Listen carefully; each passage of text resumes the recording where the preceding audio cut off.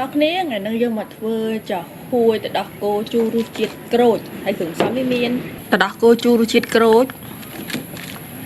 mà sao cho hùi hay đang khỏ sò đọc cô dương bayกับbông chú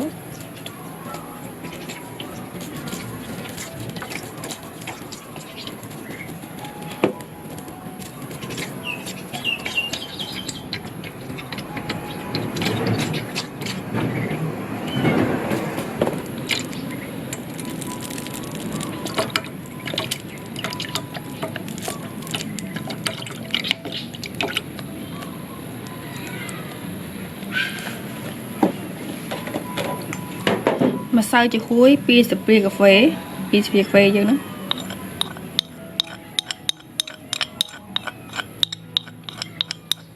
có xó bay sập pi cà phê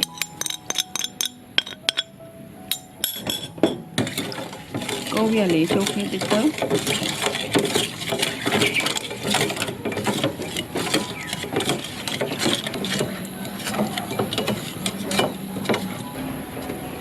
nhưng phở scotch tích ở xa ta đọc cô dương nguyên liên chít và em hơi xẹp trắng cho những phở scotch tích tiết bàn đọc mất cô vì nó lôi phơi á đã đặt phơi thì tích bàn này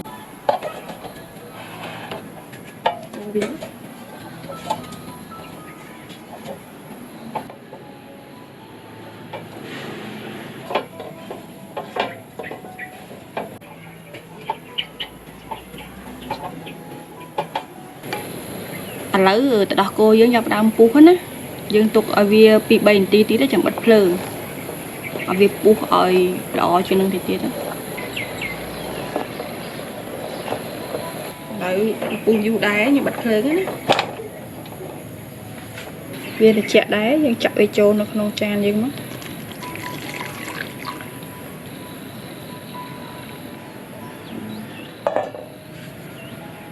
bung pu về chân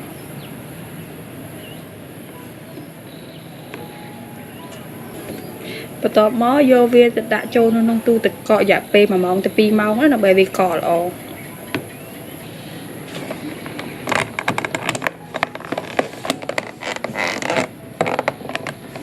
đã nông tu từ cọ tới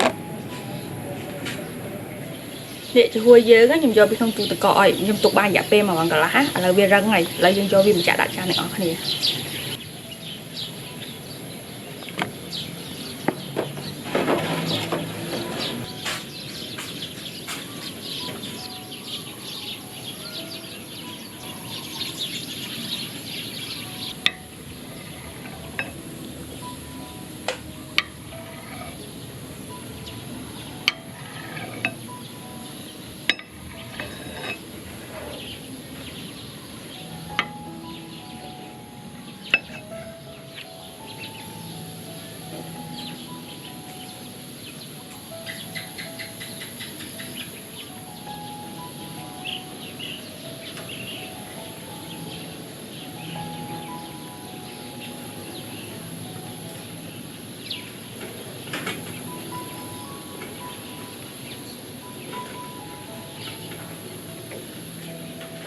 là gì không cười chia cho vui nữa nhé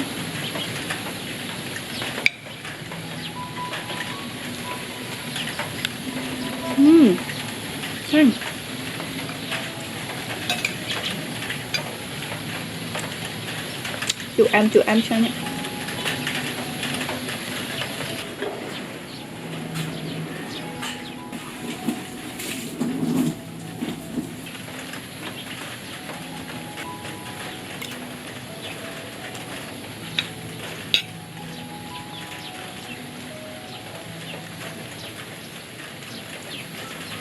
nên là ngóc này ai sát thuần nhà màn chụp mấy video có tí nào bye bye